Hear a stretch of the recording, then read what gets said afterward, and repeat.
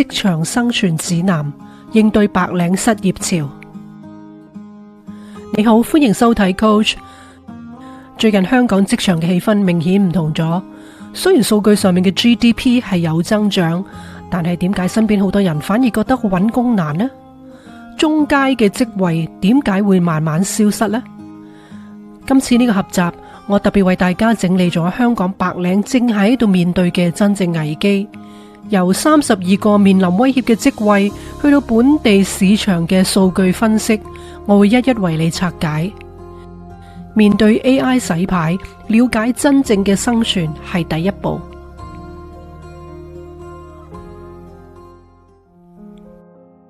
為咗讓大家有更深嘅層次咁去實踐影片中嘅概念呢，Coach 嘅 Patreon 每星期會發佈至少3篇嘅深度文章。另外，我哋亦都會為訂閱嘅會員準備咗一系列嘅自學資源，包括咗學習嘅輔助啦，裏邊有筆記、簡報、PowerPoint 同埋一啲數碼嘅資訊圖。喺工具應用方面呢，有專為提升思考流程而設嘅 AI 提示詞 Prompt。喺語言進階方面，我哋有英文嘅 Podcast 同埋一啲專屬嘅英語影片。誠意邀請你加入我哋嘅學習社群，共同建立更加有系統嘅思維架構。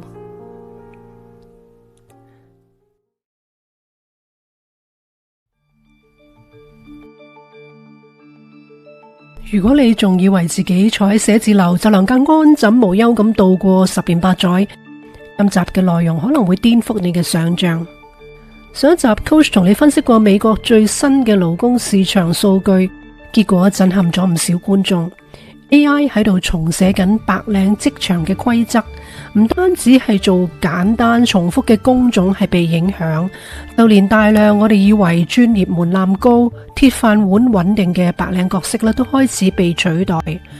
如果你係返緊銀行、會計師樓、律師事務所、marketing agency， 甚至好多 HR 嘅部門呢，你一定要留意今集啦。因為一場由 AI 引發嘅白領職場大洗牌，正係悄悄咁展開咗，而香港嘅風險係我哋不得不面對嘅。喺呢個 AI 急速發展嘅時代呢，未來10年你嘅職涯會係被 AI 升值，定係被 AI 取代啦？今集會幫你拆解32個白領職涯角色嘅 AI 保險程度，用5大嘅風險層級幫你定位自己嘅工種，同埋會為你提供清晰嘅安全出路同埋未來升值方向。喺呢條影片呢，我係延續咗上一集嘅，所以如果你未睇過或者未下載2份重要嘅資源，我強烈建議你先去拎翻。第一份係 AI 高保險安全職涯嘅清單，同埋一個 AI 自我評估表。因為只有當你清楚咗自己嘅職位屬於邊個風險層，你先至可以有方向去轉型同埋升值或者部署嘅。下載連結喺片尾同埋頂置留言會揾到。AI 對白領工作嘅衝擊呢，唔係未來式，而係進行式。美國最新嘅職場統計顯示呢， AI 正係同時喺2個層面嗰度改變遊戲規則。第一層係替代效應 （replacement effect）， 大量重複性高、規則清晰、標準化嘅工種呢，已經可以被 AI 完全自動化，例如數據輸入、初級嘅會計、合同嘅審核、客戶查詢呢啲呢 AI 可以即時完成，而且呢個速度係快，錯誤率呢係越嚟越低㗎。第二層呢係一個升值效應 Augmentation Effect， AI 唔會淨係喺度取代嘅，而係另一部分嘅白領工作呢係更加有價值。如果你懂得駕馭 AI 呢，就識得將佢融入咗你嘅工作流程，你就會變得比以往更加高效率、更加搶手。相反，如果你拒絕學習同埋適應呢，就會被淘汰得更快噶啦。問題係香港嘅經濟結構高度集中喺白領嘅產業，大家都知道嘅銀行、金融啦，專業服務即係例如會計、法律、顧問行業、地產同埋保險。當呢3大支柱一旦被 AI 衝擊呢，香港嘅就業市場就將會面對一次好深度嘅洗牌。呢個唔再係某一啲行業嘅挑戰，係整體結構性嘅轉變。32個職涯嘅角色咧，可以劃分為5大嘅風險層。呢個分類幫你了解咗 AI 嘅滲透速度同埋未來職場嘅競爭格局。我哋睇一睇，第一個係超高保險嘅群組，我哋話係一個紅色嘅 Red Zone。呢一區代表 AI 最快最大規模咁去取代嘅職位，包括客戶服務 call center 嘅職員、法律助理、初級會計、資料輸入員都係屬於高危嘅名單裏邊。AI 之所以咁容易取代呢啲工作咧，係因為佢哋屬於 rule-based job， 規則清晰，步驟咧係好固定，而係需求大量重複㗎。AI chatbot 已經可以1秒處理幾百條客戶嘅查詢，合同嘅審核幾秒就完成，稅務計算甚至比人手更加準確。香港最受衝擊嘅係金融業同埋律師樓嘅助理。2024年開始咧，本地會計師事務所嘅招聘已經收緊咗20%，部分初級嘅職位咧，甚至係完全消失。如果你喺呢個區域，立即評估轉型策略係必要嘅。第二個係一個高保險嘅群組，我哋話係橙色嘅 Orange Zone。呢個第二層呢 AI 未必一次過係完全取代你，但係已經快速咁樣侵蝕核心工作啦。例如 Marketing Analyst、人力資源專員、Data Entry、人事嘅行政、Social Media Coordinator。ChatGPT、Midjourney 同埋招聘 Bot 啦，已經可以一鍵生成文案、篩選履歷、做基礎市場嘅分析。因為傳統方法咧已經係唔夠快啦。對於香港中小企嚟講咧 ，marketing 嘅團隊開始收縮，老闆咧直接要求一人多工，寫文案、拍片、做 SEO 全部都要識。人力資源角色亦都出現咗轉型嘅壓力。所以必須由執行者進化成為策略嘅設計者，要識得用 AI 做人才策略同埋數據分析，咁先至有機會保住價值嘅。第三呢係一個中度保險群組，我哋話係黃色嘅 Yellow Zone。中度保險群組嘅取代速度呢係比較慢，但如果冇升級技能就會慢慢被淘汰啦。呢啲典型嘅職位係包括 Project Manager、Financial Planner、UX/UI Designer、Supply Chain Coordinator。呢類嘅角色涉及大量跨部門嘅協調、複雜嘅情景判斷同埋策略性嘅決策。AI 可以提供分析數據，但係仲未能夠好妥善咁樣去處理組織文化、人際互動同埋政治因素呢啲嘅條件。例如 UX/UI Designer 啦，如果仲停留喺揀字體、改顏色呢啲咁嘅層面呢， AI 一鍵生成足以取代。但係如果你能夠升級到設計策略層面，識得結合 AI 同埋用戶體驗，咁你就會變得更加長手啦。第四個呢係一個低保險嘅群組 Blue Zone， 藍色嘅。呢一區 AI 嘅影響相對較低，但係唔代表完全安全。佢哋呢啲嘅職位係包括咗教育工作者、醫療助理、心理諮詢師啦、社工等等。呢類嘅工作咧，需要高度嘅人際互動、同理心同埋現場判斷。AI 只能夠輔助，唔能夠完全取替。香港嘅教育界尤其需要注意 AI 能夠令到教學工具變得更加高效，但係有能力結合數碼教學設計嘅教育工作者咧，將會更加受歡迎。心理健康服務、長者護理同埋醫療輔助嘅職位咧，需求喺未來只會上升嘅啫。最後呢，就係一個安全區，綠色嘅 Green Zone。呢個係安全區，亦係未來升值潛力最高嘅領域。代表嘅職位包括 AI 系統嘅架構師、資深嘅策略顧問、創意總監同埋法規顧問。呢啲角色嘅共通點係需要跨領域知識嘅整合、長遠決策同埋倫理判斷。AI 暫時未能夠處理高度不確定性嘅情景，而能夠引導 AI 設計新流程、帶領跨領域嘅團隊嘅人呢，會係未來職場嘅核心玩家同埋領導人。睇完呢5大風險層級之後呢，好多人會問：如果我係高保險區，咁仲有冇出路呢？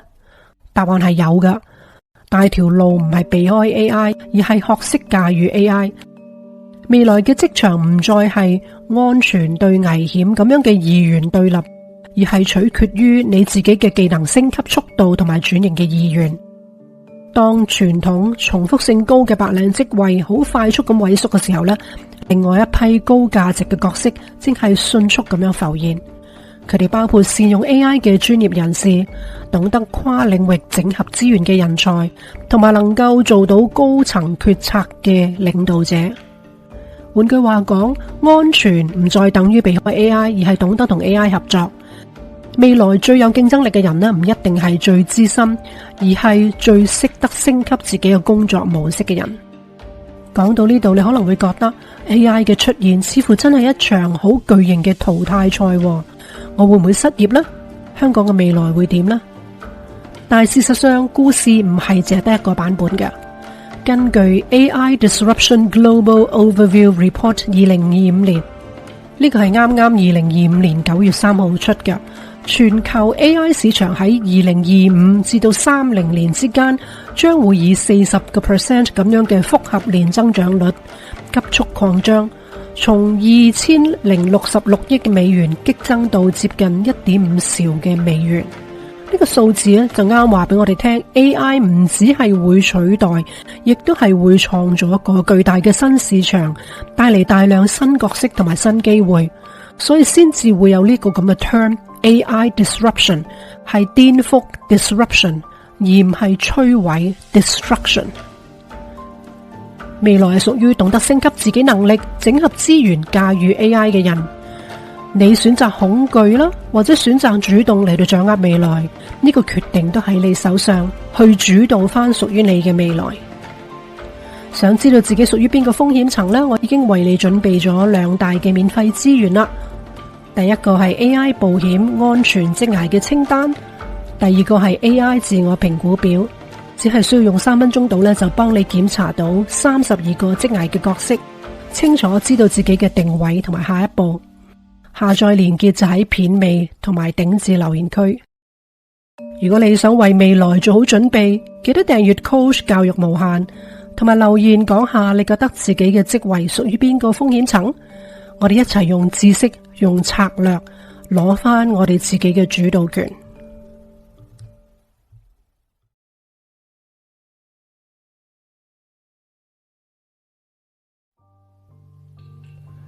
你係咪仲以為讀完大學之後就會有一份好安穩嘅工等緊你呢？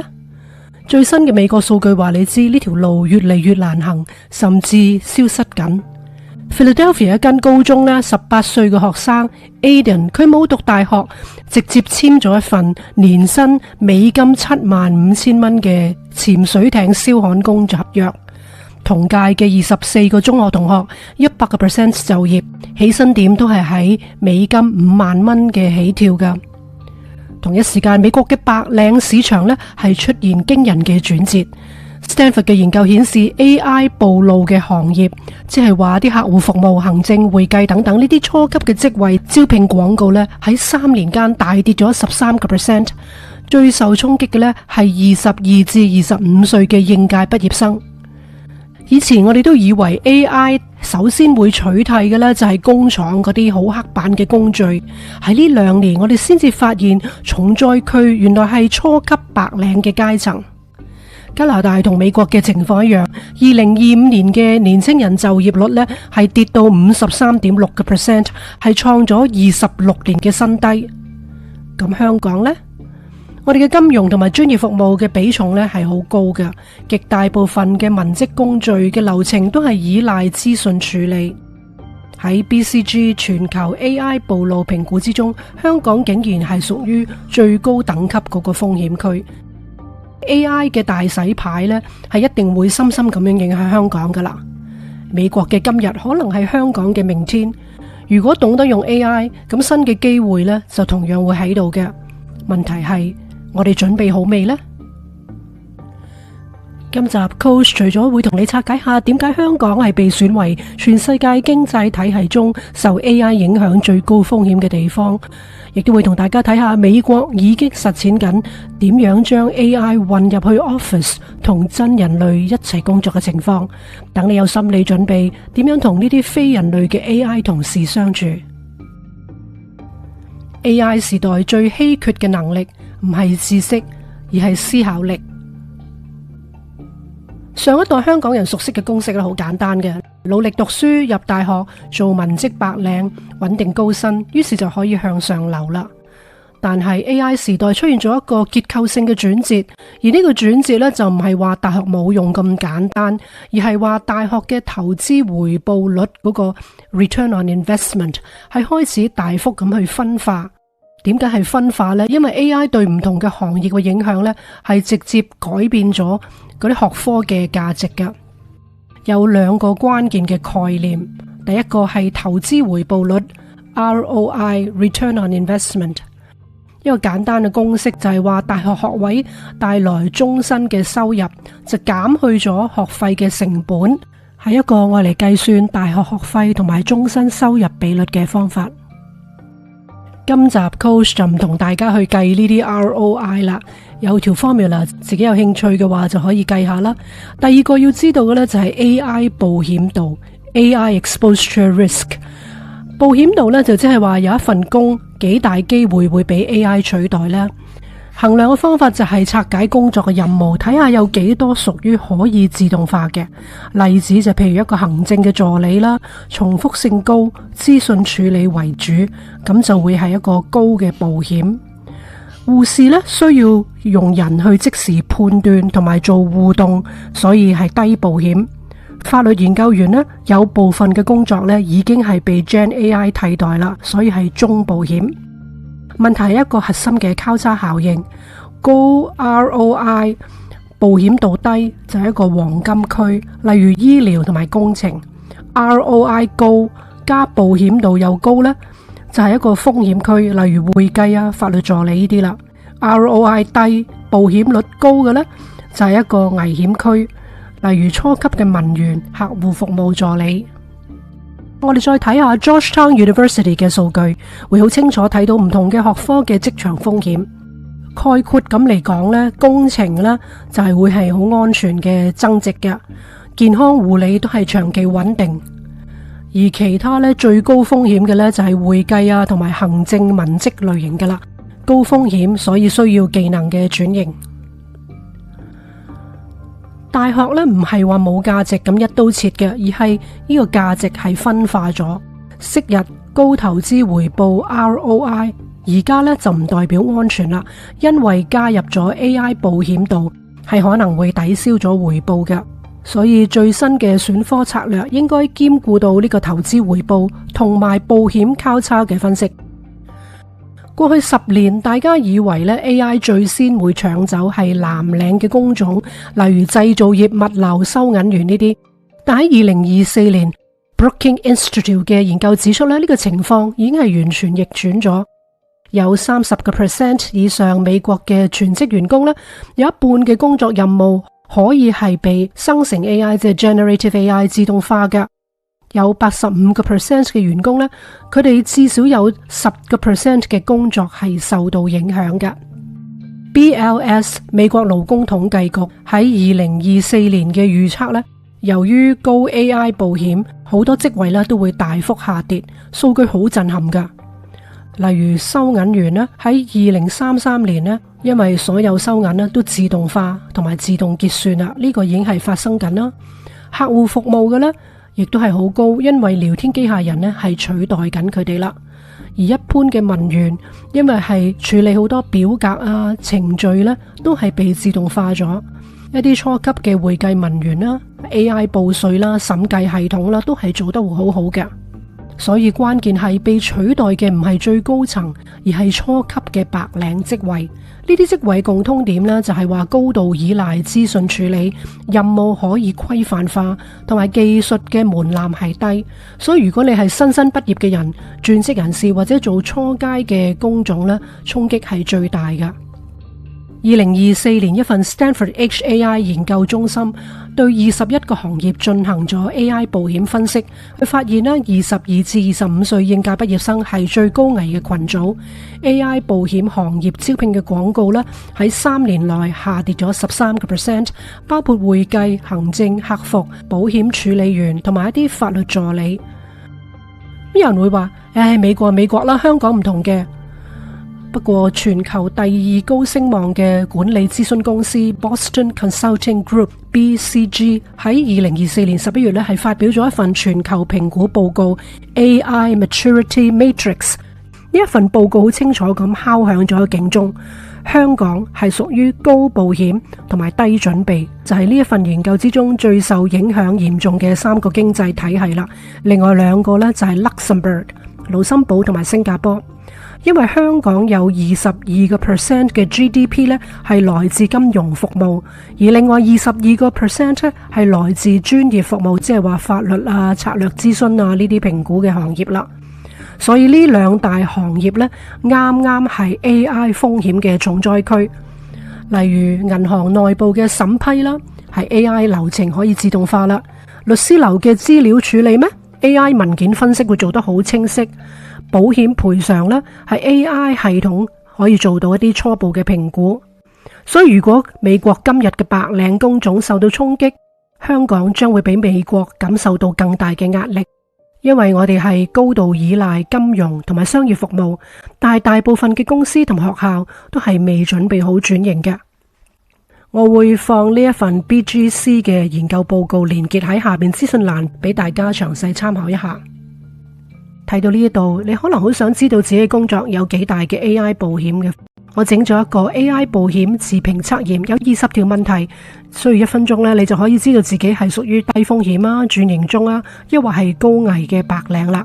條 link 喺下邊免費下載，測完之後可能你會嚇咗一跳。想象下一間公司，佢嘅市場部有3個真人坐埋一齊，但係其餘12個同事呢，全部都係 AI。呢個唔係科幻小說，而係美國知名嘅 AI 顧問 Alicia Little 嘅真實辦公室。Alicia Little 呢係一個人工智慧嘅戰略家，佢最近呢喺2025年8月分享咗一個驚人嘅實例。佢嘅公司呢係只需要3位真人嘅員工，然後配合咗12個 AI agent， 咁就做到一個近乎冇人嘅辦公室嘅營運模式啦。喺 Alicia 嘅公司呢，佢將 ChatGPT-5 分配成一啲自定嘅角色，包括有佢哋嘅名啦、職位同埋一啲模擬嘅履歷添。Alicia 接受訪問嘅時候呢，佢分享話：我哋而家公司嘅 marketing team 呢，就有 Laurette 係市場總監， Ava 係市場經理， Gwen 係資深嘅專案經理，呢3個真人。但係其餘嘅職能，例如撰寫新聞稿件啦、做市場調查、內容翻譯、數據分析、社群回饋管理呢啲呢，全部都係交俾 AI 處理嘅。更加震撼呢，就係 Alicia 冇當呢啲 AI 係工具，而係當係團隊嘅成員。每一個 AI agent 都有佢哋自己嘅名、職銜同埋職責。呢個結構最大嘅震撼就係 AI 唔再係輔助嘅角色，而係直接接管咗中層白領嘅核心任務。每一個 AI agent 都有佢哋工作專長，可以同其他 AI 溝通。例如 Cody 負責寫一篇品牌嘅新聞稿，完成內容之後呢，佢就會自動交俾 Franny 啦。Franny 根據 Alicia 嘅審核框架去評分，提出修改建議，最後就交俾人類市場總監 Laurette 確認。結果一份以往需要6小時先至完成到嘅市場報告呢，喺 Alicia 嘅團隊裏邊呢，只需要40分鐘。Alicia 仲特登幫每一個 AI agent 改名，甚至有佢哋嘅履歷嘅 resume、工作說明書嘅 job description， 令到團隊內部嘅成員更加容易投入協作。呢個小嘅設計咧，解決咗好多大公司推行 AI 最核心嘅心理阻力。員工唔抗拒被取代，反而學識點樣同 AI 一齊共事。Alicia 嘅無人辦公室模式咧，可能只係香港5年後嘅現實。AI 團隊唔再係概念，而係美國企業咧已經係普及嘅現象。而有能力用 AI 協作嘅人呢，反而會喺同一個市場裏邊將距離拉開。所以今日最重要嘅問題係，你準備好未呢？下一集 Coach 同你拆解未來10年最安全嘅專業領域同埋 AI 技能升級嘅路線，記得 subscribe 唔好錯過啦。我係 Coach， 下集見。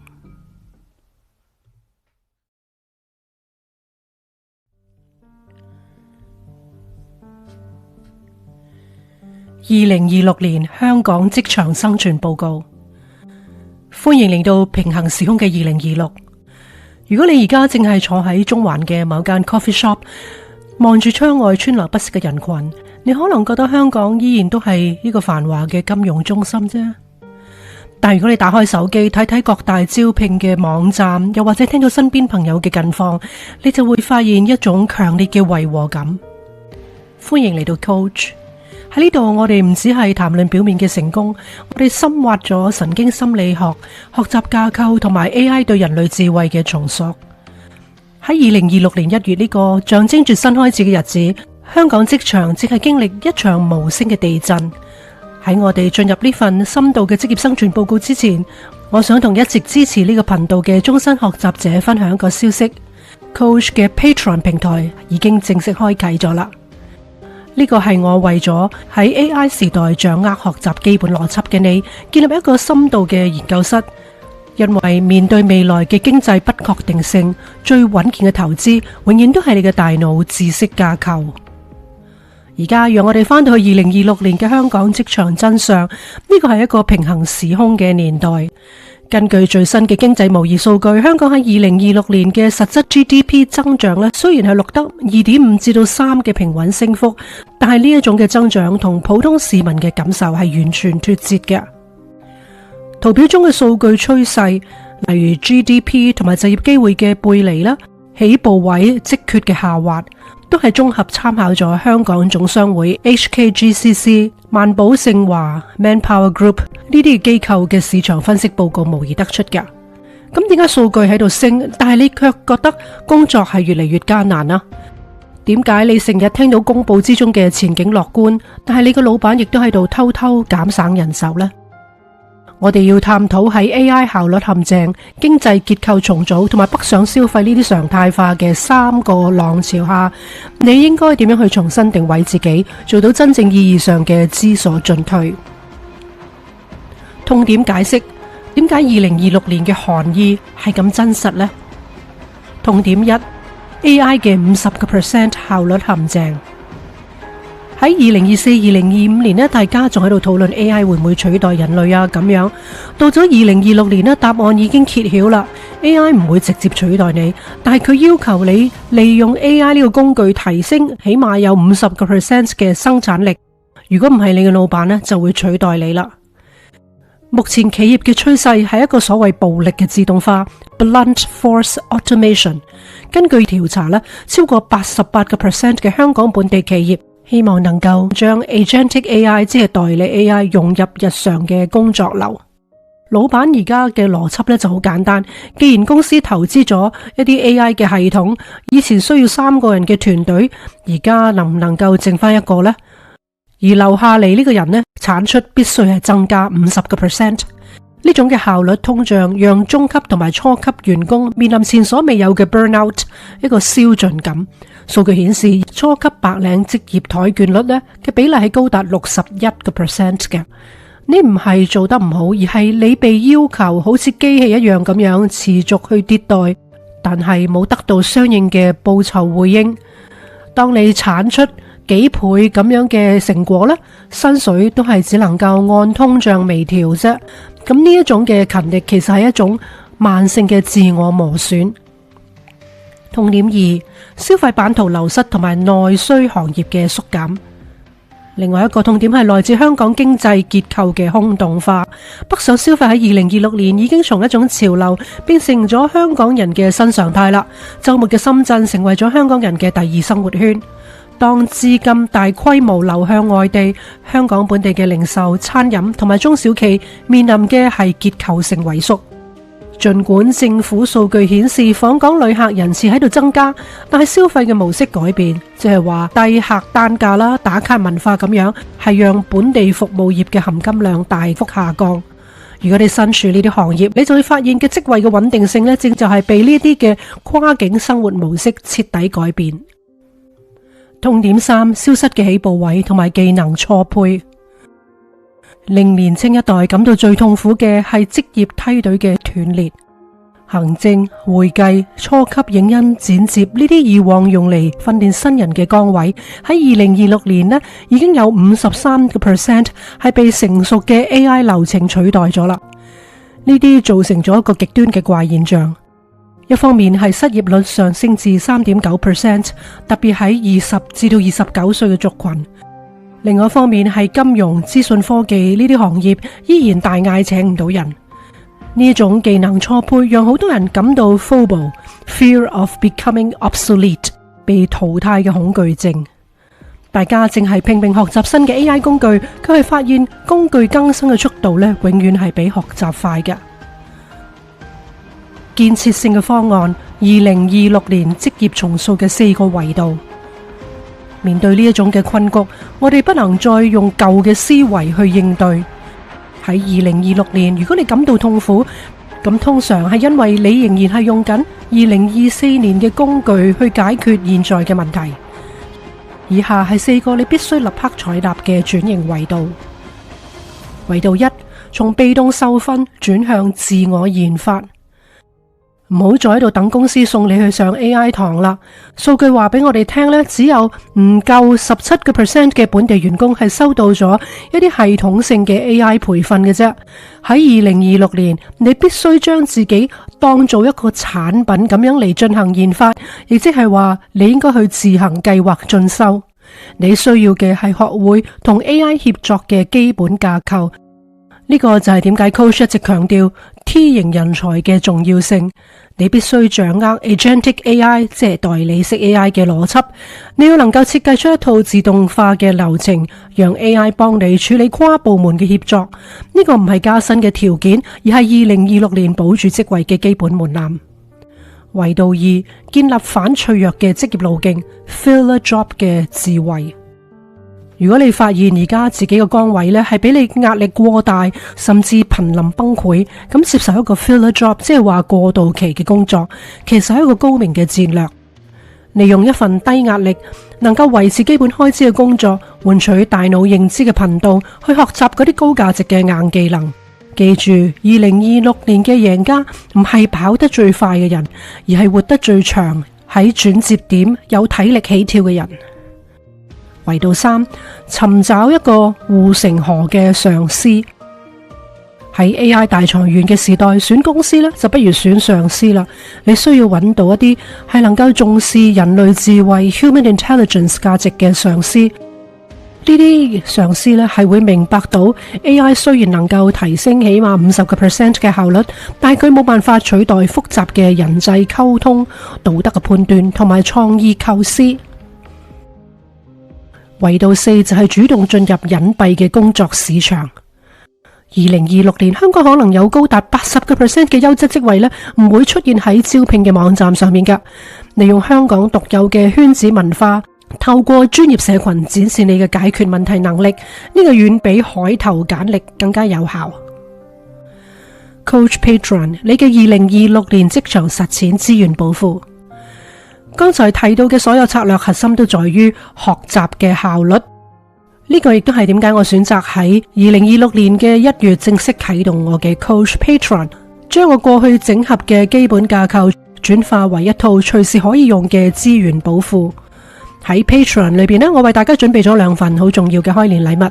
第一份係一個深度嘅學習資源包，學習之道精通終身學習嘅架構。